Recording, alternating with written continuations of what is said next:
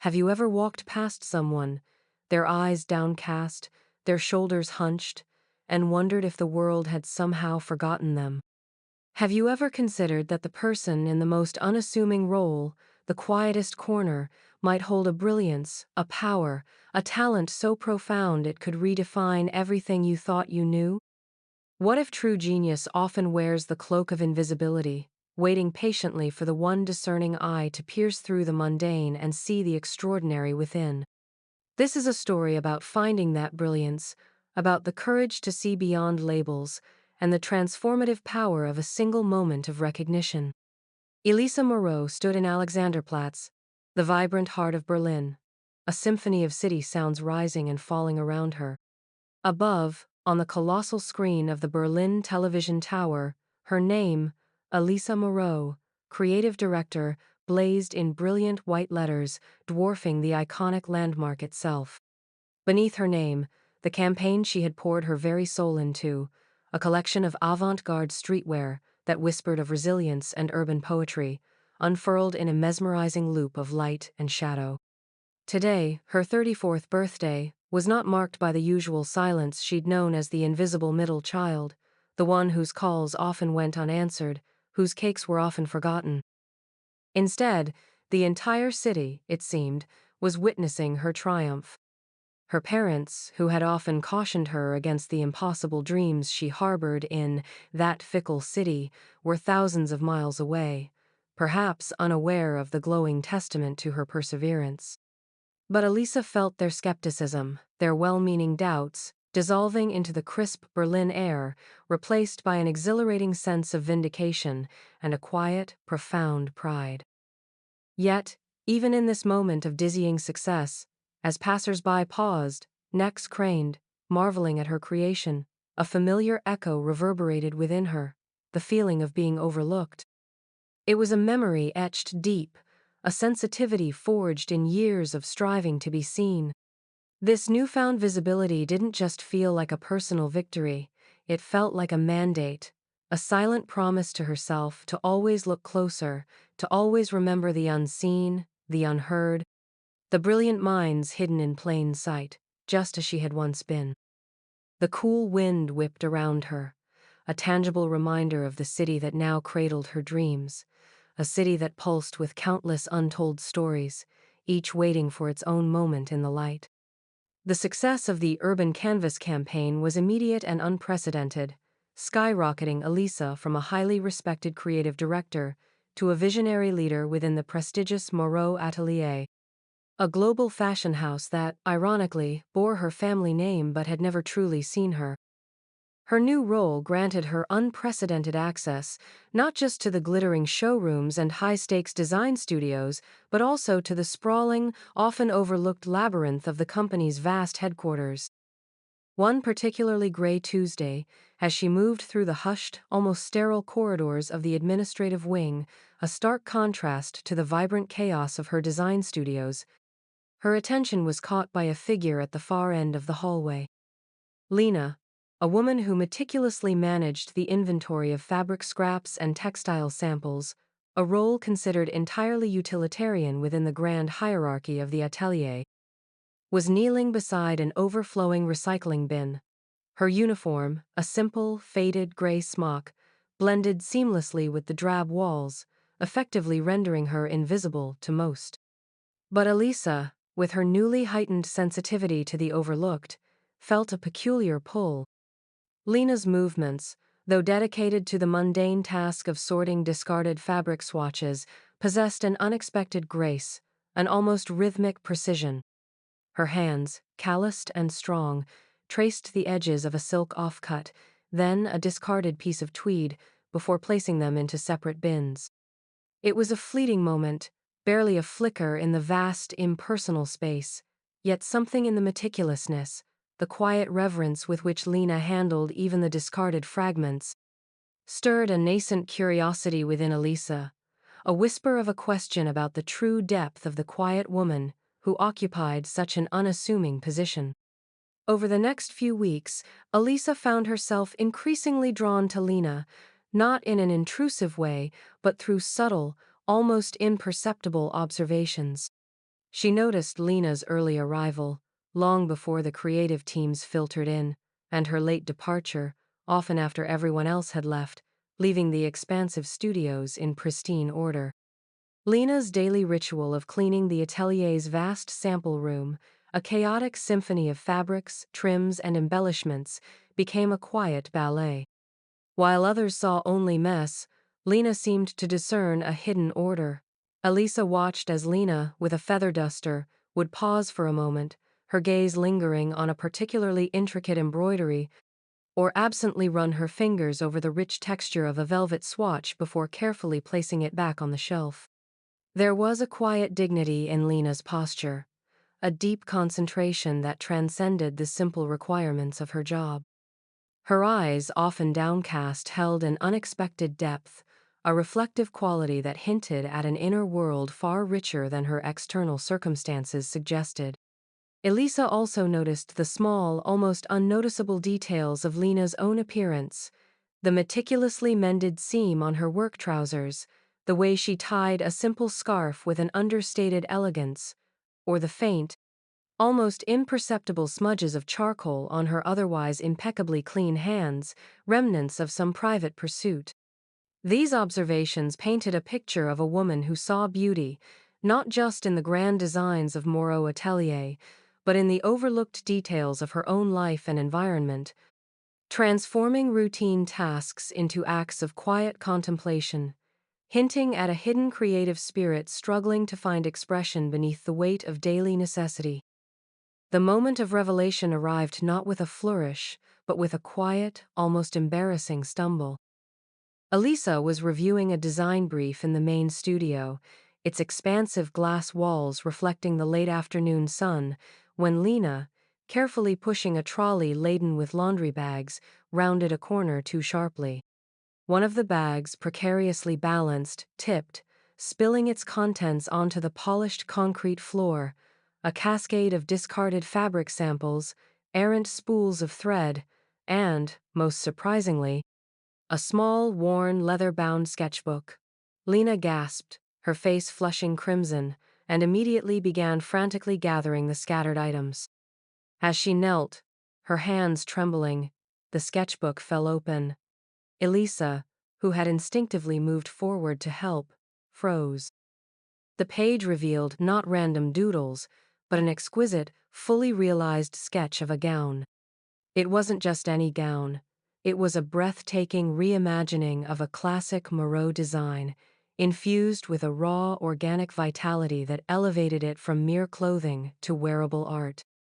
The lines were fluid, the details intricate, showing an understanding of drape and silhouette that could only come from years of observation and an innate, undeniable talent. What struck Elisa most was the way Lena had integrated what appeared to be everyday, unconventional materials: recycled plastic, woven wire, even discarded coffee filters, into a design that felt both shockingly modern and profoundly elegant.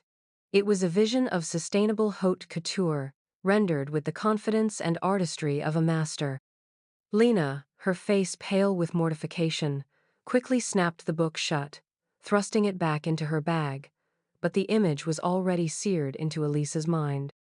The quiet cleaner, the woman who tidied up their scraps, possessed a visionary's eye, a designer's hand, and a profound, hidden understanding of fashion that surpassed many of the celebrated names on the atelier's payroll. The realization hit Elisa with the force of a physical blow. This was precisely the hidden gem she had instinctively felt was waiting to be discovered, a talent so potent it shimmered even in the briefest, most accidental glimpse. The discovery of Lena's sketchbook ignited a spark of fierce determination within Elisa. The next morning, she approached Lena cautiously, her voice gentle, almost conspiratorial, as she spoke of the fallen sketchbook. Lena's face immediately tightened, her eyes darting around as if expecting condemnation. Elisa quickly reassured her, her words earnest and direct. "Lena," she began, "what I saw in that book, it wasn't just a drawing, it was a vision, a true, incredible vision." Lena mumbled a hesitant denial, her discomfort palpable. But Elisa pressed on, offering a small, informal opportunity to contribute to a minor, experimental project, a way to test the waters without immediately exposing Lena to the harsh glare of the atelier's traditional hierarchy. Before Elisa could even fully articulate her proposal, a sharp, dismissive voice cut through the air. "Moreau, wasting time on the cleaning staff, are we?" Marcus Thorne, the atelier's long-standing head of operations, a man whose rigid adherence to tradition and profit margins had calcified his perspective, emerged from his office. His eyes, cold and scrutinizing, swept over Lena with undisguised contempt before settling on Elisa with a patronizing smirk. "Some people are meant for the broom, others for the boardroom. Let's not confuse the two, shall we? This atelier runs on efficiency, not on fanciful notions of finding hidden talent amongst the less qualified." His words were a direct challenge, not just to Elisa's nascent idea, but to her very philosophy. Marcus Thorne represented the impenetrable wall of prejudice and dismissiveness that Elisa herself had once struggled against, and now he stood squarely in the path of Lena's potential. He made it clear, with an almost imperceptible tightening of his jaw, that any deviation from the established order, any attempt to disrupt the meticulously maintained hierarchy, would be met with formidable resistance. Marcus Thorne's thinly veiled contempt solidified Elisa's resolve, even as it amplified the immediate obstacles. The internal monologues were incessant. "You're jeopardizing your new position," a cautious voice warned, for a cleaner who drew a pretty picture. But Elisa pushed back. Remembering the sting of being dismissed, the slow erosion of self-worth when talent went unrecognized. She saw her own past reflected in Lena's downcast eyes, in the way Lena's shoulders hunched when Thorne's presence loomed. Lena herself was a mountain of quiet resistance. When Elisa broached the topic again, offering a tangible, though small, opportunity to sketch concepts for a charity gala piece, Lena shook her head, her voice barely a whisper. "I'm just Lena, ma'am. I clean. I don't create. Not like that. Not for a place like this." Her words carried the heavy weight of ingrained insecurity, perhaps years of being told she wasn't enough, wasn't capable, or wasn't meant for anything beyond her current station. Elisa recognized the fear of failure, the paralyzing dread of stepping out of the shadows only to be pushed back in, perhaps even harder. She understood that this wasn't just about a sketch, it was about Lena's entire sense of self-worth, her dignity, her right to dream. "Lena," Elisa said, her voice firm yet gentle, "talent isn't limited by job descriptions or titles. It's a spark that lives inside you. And sometimes, the very best ideas come from the places we least expect, from the people we least acknowledge. You have that spark. I saw it. Let me just give you the space to let it breathe. Just a little. No pressure, no grand expectations. Just try." The plea was not just for Lena's sake, but for a deeper principle that Elisa passionately believed in: the inherent worth of every individual, irrespective of their role in the world. Against Marcus Thorne's cynical warnings, "A waste of resources, Moreau, a complete and utter waste," Elisa secured a small, unused corner of a storage room, repurposing it into a makeshift creative space for Lena. It was meager, certainly, but it was a space dedicated solely to Lena's quiet artistry, free from the prying eyes of the atelier's established designers and the dismissive gaze of Thorne. Elisa provided Lena with high-quality paper, charcoals, and a selection of discarded fabric scraps, silks, leathers, brocades, that were otherwise destined for landfill. The task Elisa set was simple: reimagine a classic Moreau scarf using only sustainable or repurposed materials, for an obscure, internal company art show Thorne deemed unnecessary fluff. Lena worked in the evenings, after her cleaning shifts, her movements deliberate, almost sacred. When she finally presented her piece, Elisa felt a gasp catch in her throat. Lena had transformed the simple scarf into a wearable sculpture, a breathtaking cascade of intricately woven fabric strips, each scrap salvaged and repurposed, infused with an unexpected narrative. She had incorporated subtle elements from the discarded materials themselves, a faint print from a forgotten label, the raw edge of a frayed seam, making them part of the design, not flaws. It wasn't just beautiful, it was profound, a silent commentary on waste and rebirth, a testament to her unique artistic vision. Lena, Elisa whispered, her voice thick with emotion. This is extraordinary. You didn't just design a scarf, you told a story. Lena, for the first time, allowed a small, shy smile to grace her lips, a flicker of pride illuminating her eyes. This small victory, dismissed by Thorne as a quirky experiment, was a monumental step. It cemented Elisa's belief in Lena, and, more importantly, it ignited a fragile but potent spark of self-belief within Lena herself. The quiet cleaner, once afraid to dream, had dared to create, and in doing so, had begun to reclaim a part of herself she had long believed was lost. The atelier found itself embroiled in a crisis of epic proportions. The annual Avant-Garde Gala, the industry's most prestigious event, was just weeks away, and the cornerstone piece, a fantastical, architectural gown meant to be the atelier's magnum opus, was an unmitigated disaster. The lead designer, a celebrated but arrogant artist, had utterly failed to translate his abstract vision into a wearable reality. Marcus Thorne, who had championed the designer and his traditional rigid approach, was now in a full-blown panic, his face a mask of desperation. The fabric was stiff, the silhouette unwieldy, and the gown looked less like a masterpiece and more like a costume tragedy. The company's reputation, built over decades, hung precariously in the balance. In a desperate, late-night meeting, with the board members pacing like caged tigers and Thorne's voice cracking with frustration, Elisa seized the moment. "There's one person," she declared, her voice cutting through the panic, "who can salvage this.